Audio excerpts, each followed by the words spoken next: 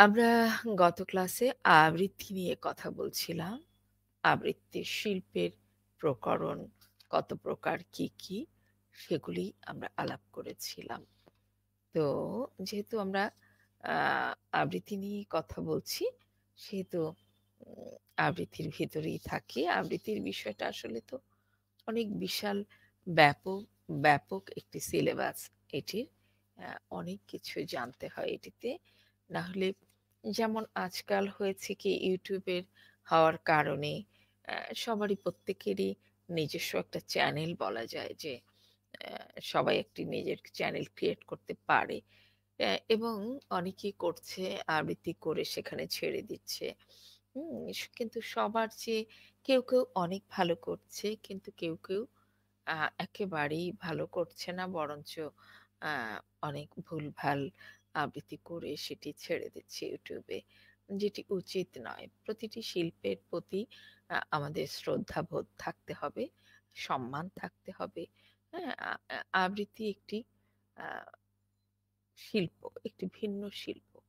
এটিকে আপনাকে যদি এই শিল্পের আপনি সংগীত যেমন আলাদা একটি শিল্প, অভিনয় যেমন আলাদা একটি শিল্প, আবৃত্তিও তেমনি ভিন্ন একটি শিল্প। এটিকে আপনাকে চর্চা করতে হবে, এটির যত্ন করতে হবে। আমরা না জেনে যদি কোনো কিছু পাঠ করি বা পাঠ করা যায়, কবিতা পাঠ এবং আবৃত্তির মধ্যে মৌলিক একটি পার্থক্য রয়েছে। পাঠ এবং আবৃত্তি কখনোই এক নয়। তো সেই ক্ষেত্রে আমরা আলাপ করছিলাম আবৃত্তি শিল্পের প্রকরণ নিয়ে এবং আবৃত্তিতে যে যন্ত্রের যে ব্যবহার সেগুলি নিয়েও আমি গত ক্লাসে কথা বলেছি।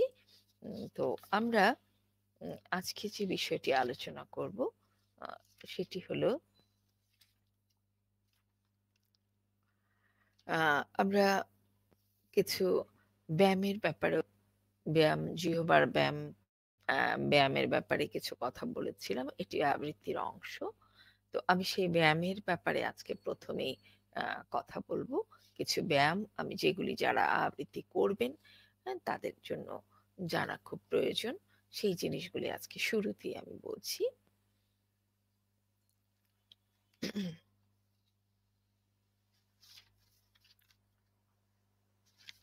১ম এ আমরা জিভের ব্যায়ামটা বলি, হ্যাঁ? পরিষ্কার উচ্চারণে জিভ থেকেই মূলত আ অগ্রণী ভূমিকা পালন হয় উচ্চারণ, যেটা আমরা উচ্চারণ করি, যে কথা বলি সেই উচ্চারণের জন্য জিভের ভূমিকা সবচেয়ে বেশি। তো আ উম উম জিভের আগা, যেটাকে আ কেউ ডগাও বলে থাকে, আগাও বলে থাকে। এই জিভের ডগা যেটা বলি আমরা, আ এই জিভের ডগাটা যার যত শক্ত এবং বলিষ্ঠ হবে, তার উচ্চারণ তত ভালো হবে। হ্যাঁ? আর ব্যায়ামের দ্বারা হয় কি, জিভের জড়তা কাটে এবং জিভকে উম আপনি যেভাবে ইচ্ছে আপনার নিয়ন্ত্রণে চলে আসবে। আপনি কখন জিভকে শক্ত করতে হবে, কখন জিভকে সফট করতে হবে, নরম করতে হবে, এগুলি আপনি এক্সারসাইজ করে এটি আপনার নিয়ন্ত্রণে নিয়ে আসতে পারবেন। হুম? তো এ কারণে আমাদের জিভের কিছু ব্যায়াম আ জানা উচিত। হ্যাঁ? যেমন ১ নম্বরে আপনাকে করতে হবে কি? জিভকে মুখের বাইরে এনে টান শোয়ানো অবস্থায় আপনি রাখুন। জিভকে মুখের বাহিরে আনুন। মুখের বাহিরে আনুন। জিভকে মুখের বাহিরে নিয়ে এসে শোয়ানো অবস্থায় টান করে রাখুন। এবার জিভের আগাটিকে আপনি উপরের দিকে তুলুন এবং আস্তে পেছনের দিকে বাঁকানোর চেষ্টা করুন। মনে রাখতে হবে যে জিভটি যেন ভেতরে না চলে যায়। আমি আবার বলছি, ১ নাম্বার জিভের ব্যায়ামটি, জিভকে মুখের বাইরে এনে টান শোয়ানো অবস্থায় রাখুন। এবার জিভের ডগাটিকে উপরের দিকে তুলুন এবং আস্তে পেছনের দিকে বাঁকানোর চেষ্টা করুন। মনে রাখবেন, জিভটি যেন ভেতরে না চলে যায়। এটি হলো জিভের ১ম ১ নাম্বার ব্যায়াম আমাদের। জিভের ২ নাম্বার ব্যায়াম। জিভের পুরো অংশ মুখ খুলে বাইরে বের করে এনে শোয়ানো অবস্থায় একবার আপনি ডান দিকে, একবার বাঁ দিকে বাঁকিয়ে নিন। হুম? আপনি জিভটাকে যতটা বের করা যায় বের করে জিভটা শোয়ানো অবস্থায় আপনি কোনো দিকে উল্টাবেন না। শোয়ানো অবস্থায় একবার ডান দিকে নিন, একবার বাম দিকে নিন, একবার ডান দিকে। এভাবে কয়েকবার আপনি করবেন। এটি হলো আমাদের জিভের ২ নাম্বার ব্যায়াম। জিভের ৩ নাম্বার ব্যায়াম এবার। জিভের ডগাটিকে লম্বালম্বি করে কোনাকুনিভাবে পর্যায়ক্রমে উপরে এবং নিচের দাঁতে স্পর্শ করান। তাহলে আমাদের ৩ নাম্বার ব্যায়াম কি জিভের? জিভের ডগাটি মানে জিভের আগাটি লম্বালম্বিভাবে, কোনাকুনিভাবে, লম্বালম্বি করে কোনাকুনিভাবে পর্যায়ক্রমে এটিকে উপরের ও নিচের দাঁত স্পর্শ করাতে হবে। এটি হলো আমাদের জিভের ৩ নাম্বার ব্যায়াম। এবার আসি আমরা জিভের ৪ নাম্বার ব্যায়াম। জিভের নিচের দাঁতের পাটির উপর দিয়ে ঠোঁটের ভিতর বেশ কয়েকবার জোরে জোরে চাপ দিতে থাকুন। আবার বলছি, জিভের নিচের দাঁতের পাটি, জিভের নিচের মানে আমাদের জিভের নিচের দাঁতের পাটির, জিভের নিচে দাঁতের পাটির উপর দিয়ে, দাঁতের পাটির উপর দিয়ে ঠোঁটের ভিতরে বেশ কয়েকবার জোরে জোরে চাপ দিতে থাকুন। তাহলে কয়টা হলো আমাদের? ৪টা। আর আরেকটি আছে, আরো ২টি আছে। জিভের নিচের দাঁতের পাটির উপর দিয়ে ঠোঁটের ভিতর বেশ কয়েকবার চাপ দিতে থাকুন। এরপরে আছে শক্ত তালুর সাথে জিভের ডগা ছোঁয়ান। শক্ত তালু। তালু কোনটা আমরা সবাই জানি। ওপরে। তালুর সঙ্গে জিভের ডগা ছোঁয়ান। ডগা মানে ডগা তালুর সাথে স্পর্শ করতে হবে এবং বাঁকিয়ে যত দূর সম্ভব পেছনে নিয়ে যান। কিছু একটা ছুড়ে দেওয়ার ভঙ্গিতে জিভের ডগাকে সামনের দিকে ছুড়ে দিন। ডগাটি যেন শক্ত থাকে, জিভের আগাটি যেন ওই সময় নরম না হয়ে যায়, এটি যেন শক্ত থাকে। এভাবে জিভের সাহায্যে কাল্পনিক বোতলের ছিপি খোলার আওয়াজ করুন। আপনি আবার বলছি, এটি একটু খেয়াল করে শুনুন। শক্ত তালুর সাথে জিভের ডগা লাগান। হ্যাঁ, জিভের ডগাটি শক্ত তালুর সাথে আপনি লাগিয়ে নিন এবং যতটা সম্ভব পেছনের দিকে নিয়ে যান। কিছু একটা ছুড়ে দেওয়ার ভঙ্গিতে জিভের ডগাকে সামনের দিকে আপনি ছুড়ে দিন। জিভের ডগাটি তখন যেন নরম না হয়, যেন শক্ত থাকে। এভাবে জিভের সাহায্যে কাল্পনিক কোনো কিছু আপনি ছুড়ে দিচ্ছেন এবং আপনার বোতলের ছিপি খোলার যে আওয়াজ, সেরকম একটি আওয়াজ ছুড়ে দেওয়ার সময় আপনি মুখ থেকে করবেন। জিভকে মুখের ভেতরে এবং বাইরে গোলাকারভাবে প্রথমে ধীর গতিতে, পরে দ্রুত গতিতে ঘোরান। এই সময় কি করতে হবে? জিভ মুখ ঠোঁট বন্ধ করে, মুখ বন্ধ থাকবে, জিভকে সারা মুখে এভাবে ঘোরাতে হবে। তাহলে আমরা জিভের কয়টি ব্যায়াম জানলাম? ৮টি। আমাদের এই জিভের ব্যায়ামগুলি আমরা অনেকেই যখন কথা বলি, আমরা চাই না, আমাদের না চাইতেই কথা আমাদের ফামলিং হয়। আমাদের কথা জড়িয়ে যায়। হ্যাঁ? তখন এটা কিন্তু আমাদের অনিচ্ছাকৃতভাবে হয়। এই কারণে আমাদের কি করতে হবে? আমি যে ব্যায়ামগুলির কথা বললাম, আমরা যদি জীবের এই ব্যায়ামগুলি নিয়মিত করি এবং এটি করতে হবে। আপনি যদি আ আ শিল্পের এই অঙ্গনে কাজ করতে চান, আপনি যদি কথা বলেন, এমন কোনো কাজ নেই যে যেখানে কথা নেই আমাদের। আমরা যদি কথা সুন্দর করে বলতে চাই, সেক্ষেত্রেও এই জীবের ব্যায়ামগুলির খুব প্রয়োজন।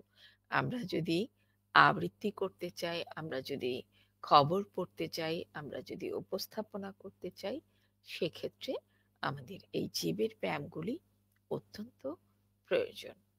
তাহলে আমাদের এই অনুষ্ঠানটি তো রেকর্ড হয়ে থাকে। আপনি প্রয়োজনে বারবার শুনবেন এবং বারবার শুনে আপনি অনুশীলন করবেন। জীবের আমি ৮ টা ব্যায়ামের কথা বলেছি। এবার আছে আমাদের ঠোঁটের ব্যায়াম। ঠোঁটের আরেকটি নাম ওষ্ঠ। ঠোঁটেরও কিছু ব্যায়াম আছে। এগুলি আ ঠোঁটের ব্যায়ামগুলি অত্যন্ত জরুরি।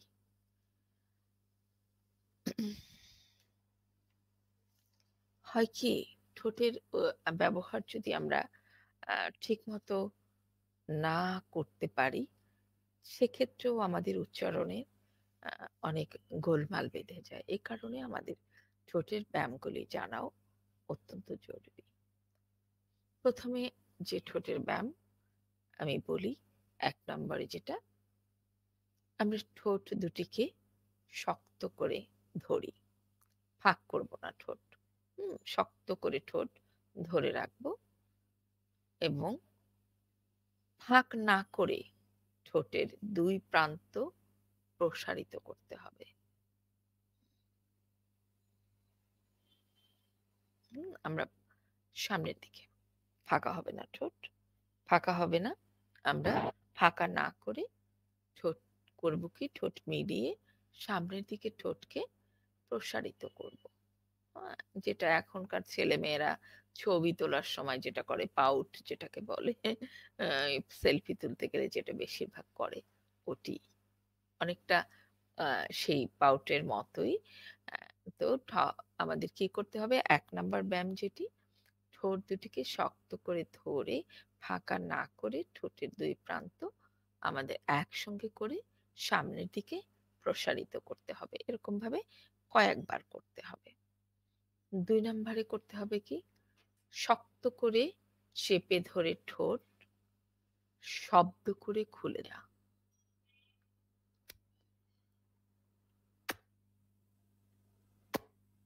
এরকম। আমরা ১ম এ আমরা যদি নরম করে করি তাহলে কিন্তু শব্দ হবে না। শব্দ হচ্ছে? শব্দ হচ্ছে না। কিন্তু যখন আমরা ঠোঁটটি ২ ঠোঁট শক্ত করে করব, শব্দ হচ্ছে কিন্তু। তাহলে ২ ঠোঁট আমরা শক্ত করে ধরে তারপর ছাড়বো যখন, তখন জোরে ছাড়বো এবং তখন একটি জোরে শব্দ হবে। এটিও ঠোঁটের একটি ব্যায়াম। তাহলে আমরা ঠোঁটের ব্যায়াম ২ টো বললাম।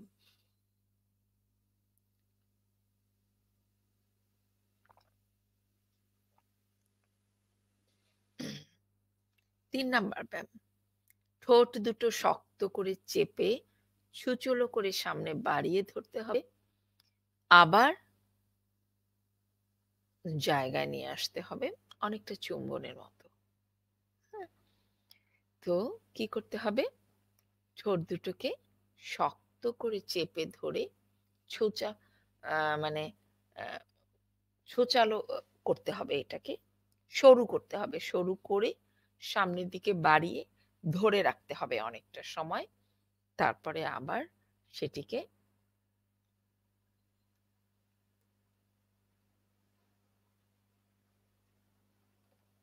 এভাবে করতে হবে। অনেকবার করতে হবে এটি।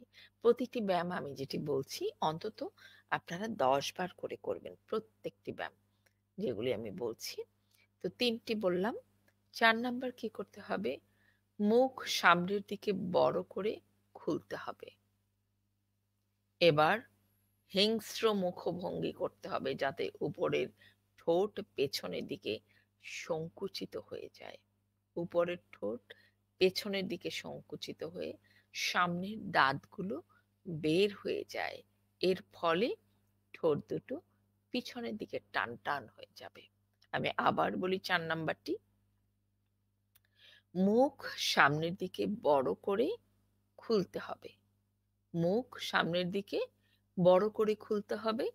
এবার হিংস্র মুখভঙ্গি করতে হবে যাতে উপরের ঠোঁট পেছনের দিকে সংকুচিত হয়, মানে ছোট হয়ে আসে, সামনের দাঁতগুলি বের হয়ে যায়। এর ফলে ঠোঁট দুটো পেছনের দিকে টান টান হয়ে যাবে। এবার আসি ৫ নাম্বার। ৫ নাম্বারে কি করতে হবে? প্রথমে ঠোঁট দুটো একসঙ্গে লাগিয়ে গোল করে খুলতে হবে। তারপর ওই গোলাকার খোলা ঠোঁটকে এগিয়ে দিতে হবে। পরে আবার টেনে এনে গোলাকার ঠোঁটকে মিলিয়ে নিতে হবে। আবার বলছি, প্রথমে ঠোঁট দুটি একসঙ্গে লাগিয়ে গোল করে খুলতে হবে। তারপর ওই গোলাকার খোলা ঠোঁটকে এগিয়ে দিতে হবে। পরে আবার টেনে এনে গোলাকার ঠোঁটকে মিলিয়ে দিতে হবে। ৫ টা বলেছি। আর একটা হলো সর্বশেষ যেটা, ঠোঁট সামনের দিকে ঠেলে দিয়ে ক্রমেই ই থেকে উ এবং ই উচ্চারণ করা, আবার এ থেকে ও এবং ও থেকে এ উচ্চারণ করতে হবে। ঠোঁট সামনের দিকে, আবার বলছি, ঠোঁট সামনের দিকে ঠেলে ঠোঁট সামনের দিকে ঠেলে দিয়ে ক্রমে ই থেকে উ, ই থেকে উ এবং ই উচ্চারণ করা, আবার এ থেকে ও এবং ও থেকে এ রিভার্স উল্টা দিকে উচ্চারণ করতে হবে। এটিও ঠোঁটের একটি ব্যায়াম। তাহলে আমি আজকে কিসের ব্যায়াম বললাম? জিহ্বার ব্যায়াম এবং ঠোঁটের ব্যায়াম। জিহ্বা এবং ঠোঁটের এই ব্যায়ামগুলি অত্যন্ত গুরুত্বপূর্ণ। এটি মুখের জড়তা দূর করার জন্য অত্যন্ত কার্যকর এবং করতেই হবে এটি।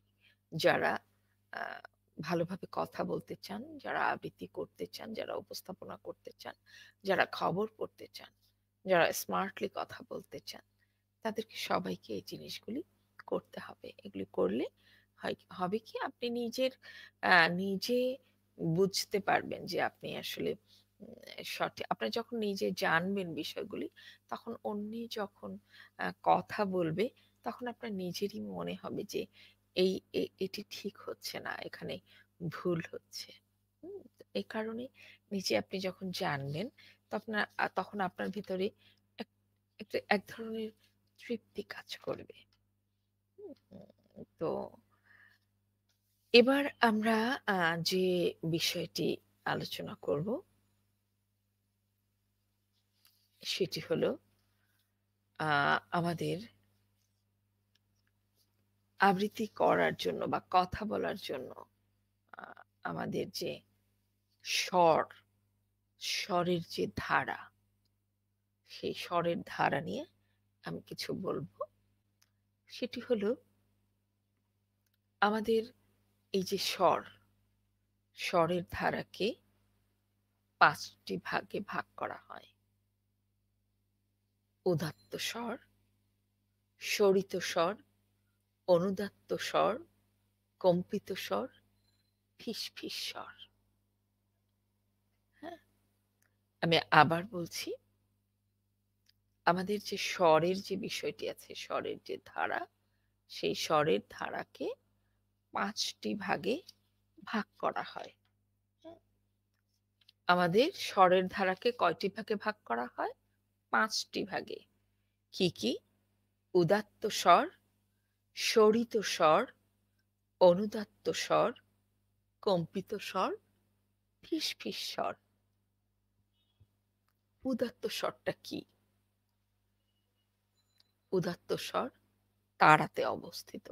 আমরা যারা গান করি বা হারমোনিয়াম সম্পর্কে ধারণা আছে, বা যারা কোনো ইন্সট্রুমেন্টস সম্পর্কে, যন্ত্র সম্পর্কে ধারণা আছে, তারা বিষয়টি তাদের জন্য একটু সহজ হবে। উদারা মুদারা তারা জানেন বিষয়গুলি। সেভাবে হারমোনিয়ামে যেমন সা রে গা মা পা ধা নি সা, উচ্চস্বরে কথাবার্তা, এটি যেটা, সেটিকে বলে, যেটি তারা থেকে উচ্চারণ হয়, তারায় যেটি অবস্থিত, তারাতে যে স্বর স্বরটি অবস্থিত সেটিকে বলা হয় উদাত্ত স্বর। এবার আসি স্বরিত স্বর। ১ নম্বরে উদাত্ত স্বর, ২ নম্বরে স্বরিত স্বর। স্বরিত স্বর হলো, এটি হলো মধ্যম প্রকৃতির স্বর। আ এর আ চলমান হলো উম মুদারায়। হ্যাঁ? স্বরিত স্বরের আ চলমানতা হলো মুদারায়। স্বাভাবিক কথাবার্তায় এই যে স্বরটা আমরা ব্যবহার করে থাকি মূলত, সেই স্বরটি হলো স্বরিত স্বর। হ্যাঁ? আমরা স্বাভাবিক এই যে আমি এখন কথা বলছি, আমি স্বরিত স্বরে কথা বলছি। স্বরিত আমরা সবসময় যে কথা বলি সেটি সেই যে স্বরে ওটি মূলত স্বরিত স্বর। হ্যাঁ? এটি হলো মুদারায়। উদারা, মুদারা, তারা, তা এটা হলো মুদারা থেকে ব্যবহৃত হয়। অনুদাত্ত স্বর। এরপরে আছে ৩ নাম্বারে অনুদাত্ত স্বর। অনুদাত্ত স্বর কি? অনুদাত্ত স্বর হলো এটির অবস্থানই হলো উদারাতে। হ্যাঁ? স্বরের সর্বনিম্ন স্তরটি এ ধারার স্বর। স্বাভাবিক স্বরের চেয়ে খাদে, স্বাভাবিক স্বরের চেয়ে খাদে এর ব্যাপ্তি। যেমন আ আমরা সা, রে, গা, আমরা নিচে চলে আসছি। স্বাভাবিক না কিন্তু। নিচে মানে অনুদাত্ত স্বর। স্বরের সর্বনিম্ন স্তর যেটি, এটি হলো মানে স্বাভাবিক স্বরের চেয়ে খাদে যে স্বর, যে স্বরের ব্যাপ্তি, এটি হলো অনুদাত্ত স্বর। তাহলে আমরা কি বললাম? স্বরের ধারা ৫ টি। এই ৫ টির মধ্যে উদাত্ত স্বর, স্বরিত স্বর, অনুদাত্ত স্বর, এই ৩ টি আমি বললাম। এরপরে আছে কম্পিত স্বর। কম্পিত স্বর হলো স্বর যখন কম্পিতভাবে আমাদের ভেতর থেকে বেরিয়ে আসে, তখন যে স্বরের উদ্ভব হয়, সেই স্বরটিকে বলা হয় কম্পিত স্বর। এবং এই কম্পিত স্বর কখন আমাদের বের হয়? যখন আমরা উত্তেজনার মধ্যে থাকি, আবেগ প্রকাশের মধ্যে থাকি, হ্যাঁ? তখন কিন্তু আমাদের কণ্ঠস্বরটা কেঁপে যায়। তখন সেই স্বরটাকে বলা হয় কম্পিত স্বর। তারপরে আসে আমাদের ফিসফিস স্বর। আমরা যখন গোপনে কথা বলি, আস্তে কানে কথা বলি, ফিসফিস করে কথা বলি, "আমি কিন্তু তোমাকে ভালোবাসি। তুমি কি আমার কথা বোঝো? গতকাল যে তোমাকে আমি বলেছিলাম কথাটা মনে আছে?" এটি হলো ফিসফিস স্বর। গোপন কথা বা চুপি কথা, যেটি আমরা মানুষকে সাধারণত অন্যকে শোনাতে চাই না, একজনকে শোনাতে চাই, অস্পষ্ট করে বলতে চাই। এ জাতীয় স্বরকে বলা হয় হ্যাঁ, ফিসফিস স্বর। এবং এই স্বরে হয় কি, স্বরতন্ত্রীতে তখন বেশ কিছু ফাঁকা জায়গার দরকার হয় এই ফিসফিস করে স্বরের জন্য। তাহলে আমরা কি জানলাম? স্বরের ধারা কয়টি? স্বরের ধারা ৫টি। কি? উদাত্ত স্বর, স্বরিত স্বর, অনুদাত্ত স্বর, কম্পিত স্বর, ফিসফিস স্বর। উদাত্ত স্বর হলো তাড়াতে অবস্থিত, ক্রমান্বয়ে স্বরের উচ্চতর স্থানই মূলত উদাত্ত স্বর। হ্যাঁ? আহ, আর স্বরিত স্বর যেটি আমরা, এটি হলো মধ্যম প্রকৃতির স্বর। এর চলমানতা মূদারায়। স্বাভাবিক কথাবার্তায় আমরা সাধারণত এই স্বরিত স্বরকে ব্যবহার করে থাকি। অনুদাত্ত স্বর। অনুদাত্ত স্বর স্বাভাবিক কণ্ঠের চেয়ে নিচে অবস্থিত। এটি হলো স্বরের সবচেয়ে নিচে, নিচের স্তরে অবস্থিত হলো অনুদাত্ত স্বর। এটা স্বাভাবিক কথার যে খাদ, স্বাভাবিক স্বরের যে খাদ, তার চেয়ে একেবারে নিম্ন পর্যায়, নিচে স্তরের যে খাদ, সেটিকে বলা হয় অনুদাত্ত স্বর। এরপরে আমরা আসি কি? কম্পিত স্বর। কম্পিত স্বর কিভাবে? যেটা যখন কম্পমান অবস্থায় যে স্বরটা আমাদের ভেতর থেকে বেরিয়ে আসে, সেটিকে বলা হয় কম্পিত স্বর। কম্পিত স্বর কখন বের হয় আমাদের? যখন আমরা বেশি উত্তেজনা অনুভব করি, যখন আমরা কোনো আবেগ অনুভব করি, তখন এই আবেগ এবং উত্তেজনার প্রকাশ করার সময় আমাদের বেশিরভাগ কম্পিত স্বর বেরিয়ে আসে। তারপরে আসে ফিসফিস স্বর। এটি হলো আমরা কি করি? যখন গোপন কোনো কথা বলতে চাই, চুপি, চুপি কোনো কথা বলতে চাই, অন্য কেউ না শুনুক এভাবে, এবং অস্পষ্ট করে বলতে চাই, হ্যাঁ? তখন যে স্বর ব্যবহার করি সেই স্বরকেই বলা হয় কি স্বর? ফিসফিস স্বর।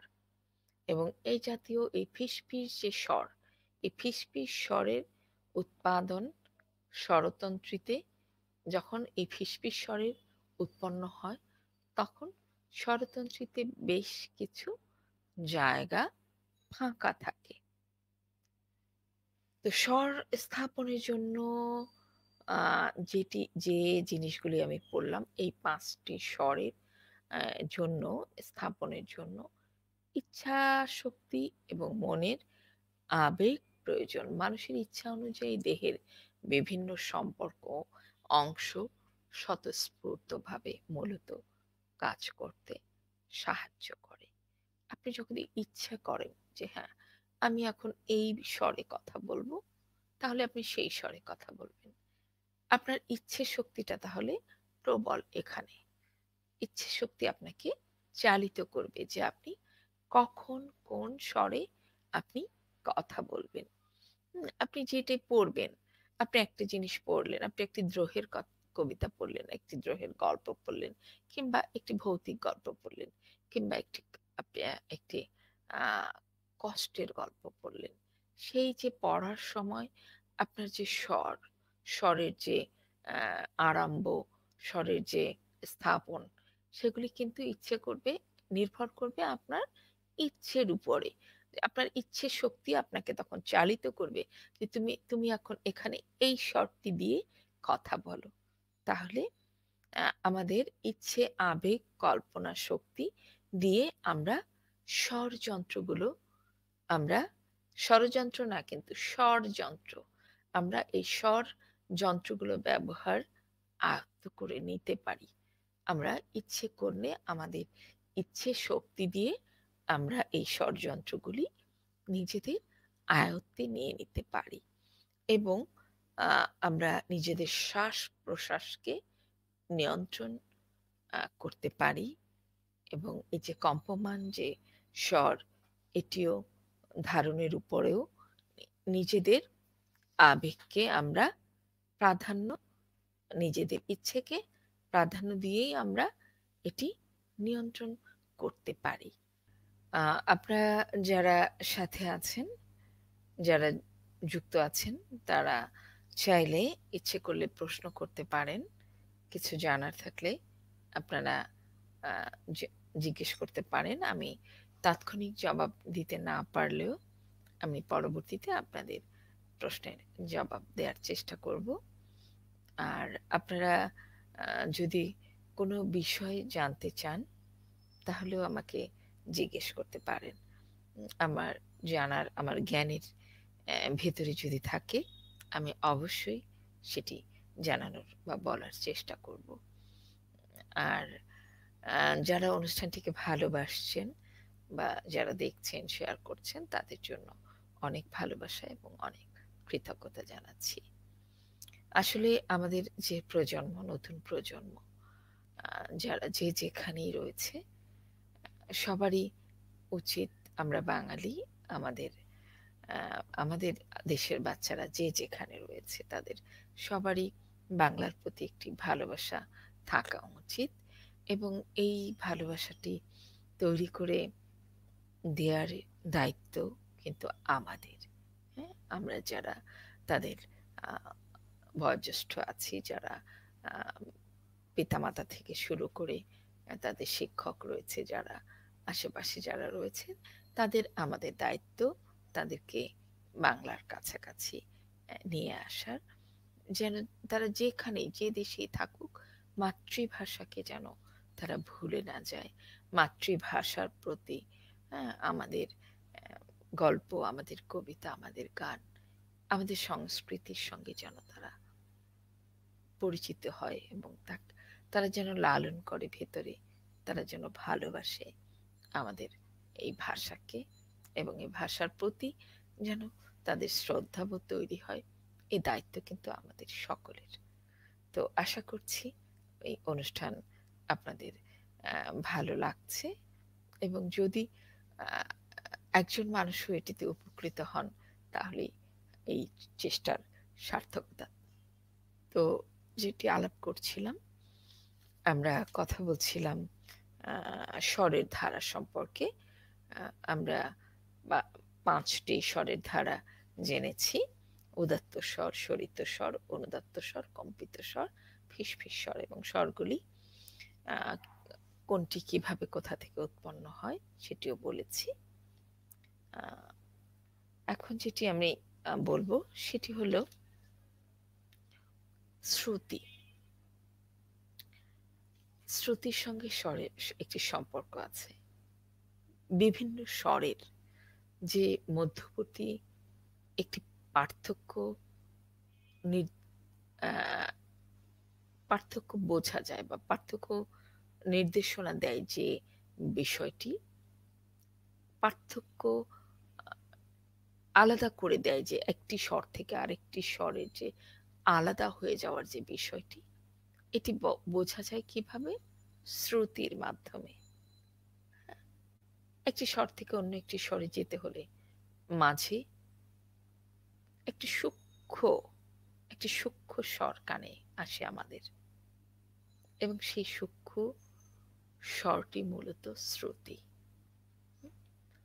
তাহলে শ্রুতি কি? বিভিন্ন স্বরের মধ্যবর্তী পার্থক্য যখন আমরা বুঝি, তখন একটি স্বর থেকে আরেকটি স্বরে যখন আমরা চলে যাই, এবং সেই একটি স্বর থেকে আরেকটি স্বরে যাওয়ার সময় একটি সূক্ষ্ম স্বর আমাদের কানে এসে আসে, এবং এই যে সূক্ষ্ম স্বর আমাদের কানে আসে, এই সূক্ষ্ম স্বরের প্রতিটি স্বরই এক একটি শ্রুতি।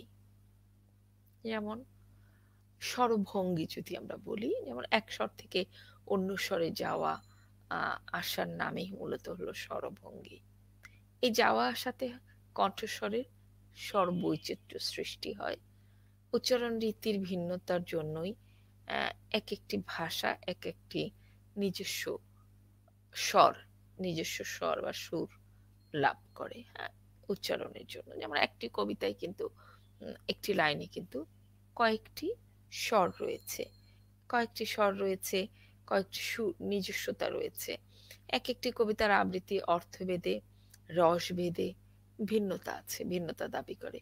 ওই ভিন্নতা প্রকাশের জন্য সঠিক প্রয়োগ না করতে পারলে আবৃত্তি বা পাঠ এটি কিন্তু সময়কে উত্তীর্ণ করবে না বা মানুষের হৃদয়ে জায়গা করে নেবে না।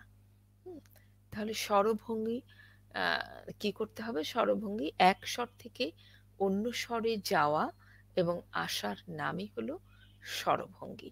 এবং এই যে এই আসা যাওয়াতে কণ্ঠস্বরের বৈচিত্র্যের সৃষ্টি হয়, এবং উচ্চারণের যে রীতির ভিন্নতা এবং একটি ভাষা একটি নিজস্বতা লাভ করে উচ্চারণের ভিন্নতার কারণে। এবং এক একটি কবিতা আবৃত্তির অর্থ এবং এটির রস, এটির যে আবেদন, এগুলি ভিন্নতা দাবি করে যে আমাদের স্বরভঙ্গির ভিন্নতার প্রয়োগ এর মাধ্যমেই। এবং স্বরভঙ্গির প্রয়োগ যদি আমরা ভিন্নতা স্বরভঙ্গির প্রয়োগে যদি আমরা ভিন্নতা না আনতে পারি, তাহলে কখনো আপনার কথা কিংবা আপনার কবিতা কখনো মানুষের হৃদয়ে জায়গা করে নিবে না, এবং এটি একটি পাঠ উত্তীর্ণ রস উত্তীর্ণ আবৃত্তিও হবে না। এটি গেল স্বরভঙ্গি। তারপরে আসি আমরা গতি বিষয়টি কি? যেমন গতি নির্দিষ্ট পরিমাপের একক হলো দ্রুততা ও মন্থরতাকে পৌনঃপুনিক গতির নির্দিষ্ট পরিমাপের এককগুলির দ্রুততা ও মন্থরতাকে বলে বাচনিক শিল্পীর বাচনিক আবৃত্তির গতি। বাচনিক আবৃত্তির গতি সম্পর্কে আপনাকে যে ধারণা এটি থাকতেই হবে এবং সচেতনতা থাকতে হবে। আবৃত্তির গতি মূলত কি? আবৃত্তির গতি মূলত কোন কবিতা কি ধরনের গতিময়, কোন কবিতা কি ধরনের গতিময়তা দাবি করে, আবৃত্তির নির্ধারিত গতি নির্ণয় এবং অর্থানুযায়ী গতি নির্ধারণ আপনাকে কণ্ঠের ছন্দময়, ঐন্দ্রজালিক স্বপ্নময়তা সৃষ্টি করবে। কবিতার গতি, আমি একটু কঠিন হয়ে গেছে বলাটা, আমি আবার এজন্য বলছি, পৌনঃপুনিক গতির নির্দিষ্ট পরিমাণের এককগুলোর দ্রুততা এবং মন্থরতা, মানে দ্রুত, দ্রুতর অপোজিট যেটা স্লো, আস্তে, মন্থরতাকে বলে বাচনিক শিল্পী আবৃত্তির গতি সম্পর্কে। বাচনিক শিল্পী গতি সম্পর্কে অত্যন্ত সচেতন থাকতে হবে। তার মানে বাচনিক শিল্পী মানে বাচিক শিল্পী বা আবৃত্তি শিল্পী, আপনাকে কি করতে হবে? আপনি যখন পড়বেন তখন আপনার কথার বা আপনার কবিতার, আপনার গল্পের গতি সম্পর্কে, গতির দ্রুত হবে নাকি আস্তে হবে, এটি আপনাকে অত্যন্ত সচেতনভাবে জানতে হবে। এবং আবৃত্তির গতিটা মূলত কি? মূলত হলো কবিতা কোন ধরনের গতি, আপনি যখন কবিতাটি পড়বেন, কবিতা নির্মাণ করবেন, তখনই আপনি জেনে যাবেন যে এটি কোন গতিময়, কোন গতিতে কবিতাটি এগিয়ে যাবে। এবং আপনি যদি নির্ধারিত গতির, কবিতার গতিটা যদি আপনি নির্ণয় করতে না পারেন, বা গল্পের বা আপনার কথার গতি যদি নির্ধারণ না করা যায়, তাহলে কিন্তু কণ্ঠের ছন্দটাই আপনার ঠিক মতো আসবে না। এবং যে শুনবে, দর্শক যিনি শ্রবণ করবে, বিষয়টি শুনবে, তার ভেতরে আপনি একটি মহাবিষ্টতা সৃষ্টি করতে পারবেন না। তো আমরা ব্যাকরণ এই পর্যন্তই আজকে শেষ করি। এরপর আমরা একটি কবিতায় চলে যাব, যেটি আমরা প্রতিটা ক্লাসে একটি করে কবিতা নির্মাণ শিখিয়ে দেই। তেমনি আজকেও আমরা একটি কবিতায় চলে যাব। এখন প্রতি ক্লাসে আমরা একটি করে কবিতার নির্মাণ নিয়ে কথা বলি। আমরা আজকে একটি কবিতা পড়ব, যেটি হলো, এটি মূলত একটি নারী কণ্ঠের কবিতা। অনেক পুরুষরাও এই কবিতাটি আবৃত্তি করেন। আমরা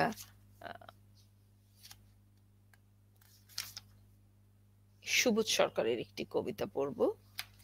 এটি একটি বিখ্যাত কবিতা এবং এই কবিতাটি যারা আবৃত্তি করেন, তারা অনেকেই আবৃত্তি করেন এবং এটি একটি সব সময়ের জন্য সমসাময়িক কবিতা। এটি কবি সুবোধ সরকার সবারই পছন্দের একজন কবি এবং তার প্রচুর আবৃত্তির কবিতা রয়েছে। তিনি আবৃত্তি শিল্পী যারা আছেন তারা কবি সুবোধ সরকারের কবিতা অনেক আবৃত্তি করেন এবং কবি সুবোধ সরকারের শাড়ি কবিতাটি একটি বিখ্যাত কবিতা। যারা আবৃত্তি শিল্পীরা আছেন তারা অনেকেই এই কবিতাটি আবৃত্তি করেন। আমি এই কবিতাটির আবৃত্তির নির্মাণের জায়গাটি এবার বলে নিচ্ছি। আমরা যখন একটি কবিতা আবৃত্তি করব, সেই কবিতাটি আবৃত্তি করার আগে কবিতাটি আমরা অনেকবার রিডিং পড়ব। রিডিং পড়তে পড়তে একটা সময় মুখস্থ করে ফেলবো, তারপর আমরা সেটি নির্মাণ করব। প্রথমে কবিতাটি যখন আমরা আবৃত্তি করতে যাব, কবিতাটি কোন বিষয় লেখা এটি জানব। তারপরে আমরা জানব কবিতাটি কোন ভাব রস বোধের কবিতা। তারপর আমরা এটিকে নির্মাণ করব। তো আমি এই বিষয়ে, কবিতা নির্মাণের বিষয়ে আর আগেও কথা বলেছি, কিভাবে কবিতা নির্মাণ করতে হবে। পরবর্তীতে এটি নিয়ে আরো ক্লাস হবে। তো পড়ছি, আমি প্রথমে রিডিং পড়ছি। হ্যাঁ, কবিতা শাড়ি, সুবোধ সরকার। বিয়েতে ৫১টা শাড়ি পেয়েছিল মেয়েটা। অষ্টমঙ্গলায় ফিরে এসে আরো ৬টা। এত শাড়ি একসঙ্গে সে জীবনে দেখেনি। আলমারির প্রথম তাকে সে রাখলো সব নীল শাড়িদের। হালকা নীল একটাকে জড়িয়ে ধরে বলল, তুই আমার আকাশ। দ্বিতীয় তাকে রাখলো সব গোলাপিদের।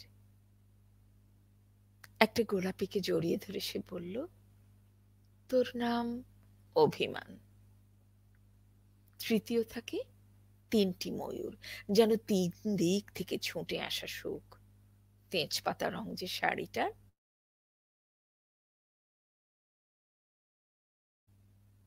সারা বছর সে শুধু শাড়ি উপহার পেল। এত শাড়ি সে কি করে এক জীবনে পড়বে? এই কবিতাটির এখানে এই হলো একটি পার্ট।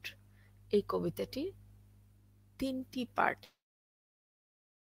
এখানে একটি একটি বর্ণনা দেয়া হয়েছে, এর পরের জায়গায় অন্য বর্ণনায় চলে আসবে। কিন্তু বছর যেতে না যেতেই এত শাড়ি সে কি করে এক জীবনে পড়বে? এরপরেই কিন্তু বছর যেতে না যেতেই ঘটে গেল সেই ঘটনাটা। সন্ধ্যের মুখে মেয়েটি বেরিয়েছিল স্বামীর সঙ্গে চাইনিজ খেতে। কাপড়ে মুখ বাঁধা ৩টি ছেলে এসে দাঁড়ালো। স্বামীর তলপেটে ঢুকে গেল ১২ ইঞ্চি, উপর থেকে নিচে, নিচে নেমে ডান দিকে, যাকে বলে এল।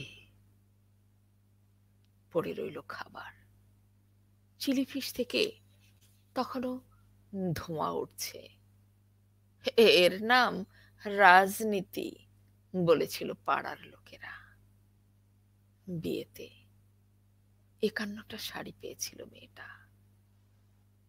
অষ্টমঙ্গলায় ফিরে এসে আরো ৬টা। একদিন দুপুরে শাশুড়ি ঘুমিয়ে সমস্ত শাড়ি বের করে ৬তলার বারান্দা থেকে উড়িয়ে দিল নিচের পৃথিবীতে। শাশুড়ি পরিয়ে দিয়েছে তাকে সাদা থান। ১৯ বছরের একটা মেয়ে, সে একা। কিন্তু সেই থানও এক ঝটকায় খুলে নিল ৩জন। পাড়ার মোড়ে একটি সদ্য নগ্ন বিধবা মেয়ে দৌড়াচ্ছে আর চিৎকার করছে, বাঁচাও, বাঁচাও। পেছনে ৩জন, সে কি উল্লাস, সে কি উল্লাস। নির্বাক পাড়ার লোকেরা। বিয়েতে ৫১টা শাড়ি পেয়েছিল মেয়েটা। অষ্টমঙ্গলায় ফিরে এসে আরো ৬টা। এই কবিতাটি আমি যখন আবৃত্তির ক্লাস করি বা আমি যখন প্রথম আবৃত্তি শিখি, তখন যখন ক্লাসে কবিতাটি প্রথম আমাকে আবৃত্তি করার জন্য আমার আমার শিক্ষক, আমার গুরু আমাকে দিয়েছিলেন। কবিতাটি পড়ে আমি অনেক আবৃত্তি করে আমি অনেক কেঁদেছিলাম। কেননা এখানে অনেক কিছু ফুটে উঠেছে এই কবিতাটির ভিতরে। কবি সুবোধ সরকারের বিখ্যাত কবিতা শাড়ি। এখানে আমাদের সমাজের একটি এমন একটি করুণ চিত্র তুলে এসেছে, ধরেছেন কবি এই কবিতাটিতে।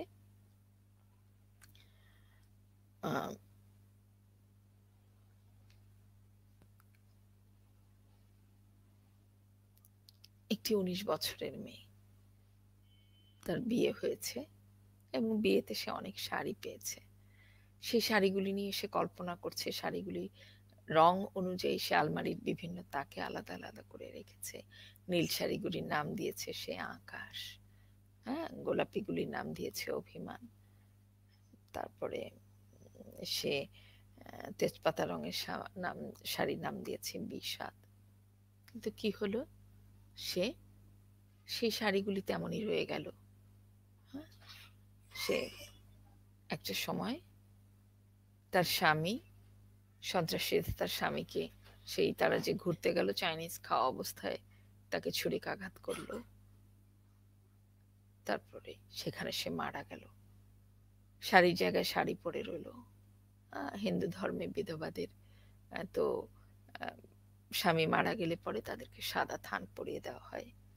এবং তখন সে করলো কি, সেই সাদা থান পরে থাকলো, তখন তার যে সেই প্রিয় শাড়িগুলি সে এক এক করে ছতলায় সে থাকতো, সেই ছতলার বারান্দার যে রেলিং সেখান থেকে সেই সব শাড়িগুলি সে কষ্টে একটা সময় নিচে ফেলে দিল।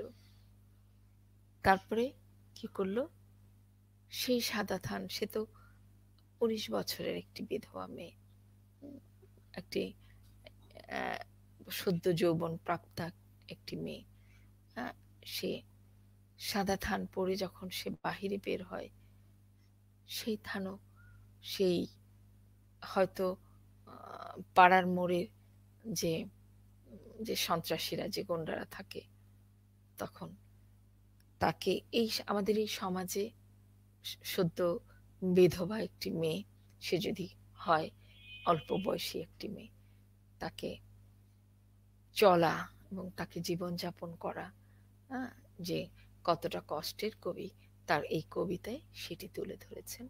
তো আমরা যখন এই কবিতাটি আবৃত্তি করব, তখন আমাদের কণ্ঠের ভেতরেও সেই কষ্টের ছাপ থাকতে হবে। কবিতাটির একটি অংশে একটি বর্ণনা, আরেকটি অংশে আরেকটি বর্ণনা রয়েছে। কবিতাটির দুটি অংশ। কবিতাটি আমি আরেকবার আবৃত্তি করে আজকের ক্লাস শেষ করব।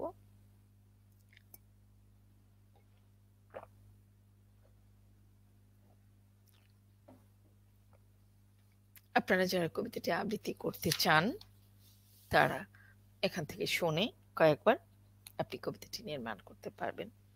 আবৃত্তি করছি শাড়ি, কবি সুবোধ সরকার। বিয়েতে 51টা শাড়ি পেয়েছিল মেয়েটা, অষ্টমঙ্গলায় ফিরে এসে আরো 6টা। এত শাড়ি একসঙ্গে সে জীবনে দেখেনি। আলমারির প্রথম থাকে সে রাখলো সব নীল শাড়িদের। হালকা নীল একটাকে জড়িয়ে ধরে বলল, তুই আমার আকাশ। দ্বিতীয় থাকে রাখলো সব গোলাপিদের। একটা গোলাপিকে জড়িয়ে সে বলল, তোর নাম অভিমান। তৃতীয় থাকে 3টি ময়ূর, যেন 3 দিক থেকে ছুটে আসা সুখ। তেজপাতা রং যে শাড়িটার, তার নাম দিল বিষাদ। সারা বছর সে শুধু শাড়ি উপহার পেল। এত শাড়ি এক জীবনে সে কি করে পরবে? কিন্তু বছর যেতে না যেতেই ঘটে গেল সেই ঘটনাটি। সন্ধ্যের মুখে মেয়েটি বেরিয়েছিল স্বামীর সঙ্গে চাইনিজ খেতে। কাপড়ে মুখ বাঁধা 3টি ছেলে এসে দাঁড়ালো। স্বামীর তলপেটে ঢুকে গেল 12 ইঞ্চি, উপর থেকে নিচে, নিচে নেমে ডাল দিকে, যাকে বলে এল। পড়ে রইল খাবার। চিলি ফিশ থেকে তখনও ধোঁয়া উঠছে। এর নাম রাজনীতি, বলেছিল পাড়ার লোকেরা। বিয়েতে 51টা শাড়ি পেয়েছিল মেয়েটা, অষ্টমঙ্গলায় ফিরে এসে আরো 6টা। একদিন দুপুরে শাশুড়ি ঘুমিয়ে সমস্ত শাড়ি বের করে ছতলার বারান্দা থেকে উড়িয়ে দিল নিচের পৃথিবীতে। শাশুড়ি তাকে পরিয়ে দিয়েছে সাদা থান। 19 বছরের একটা মেয়ে, সে একা। কিন্তু সেই থানও এক ঝটকায় খুনিলেন 3 জন। পাড়ার মোড়ে একটি সদ্য নগ্ন বিধবা মেয়ে দৌড়াচ্ছে আর চিৎকার করছে, বাঁচাও, বাঁচাও। পেছনে 3 জন, সে কি উল্লাস! নির্বাক পাড়ার লোকেরা। বিয়েতে 51টা শাড়ি পেয়েছিল মেয়েটা, অষ্টমঙ্গলায় ফিরে এসে আরো ৬টা। ভালো থাকুন সবাই, সুস্থ থাকুন। আশা করি এর পরের ক্লাসে আবার আপনাদের সঙ্গে দেখা হবে। ততক্ষণ পর্যন্ত সুস্থ থাকুন। ধন্যবাদ সবাইকে।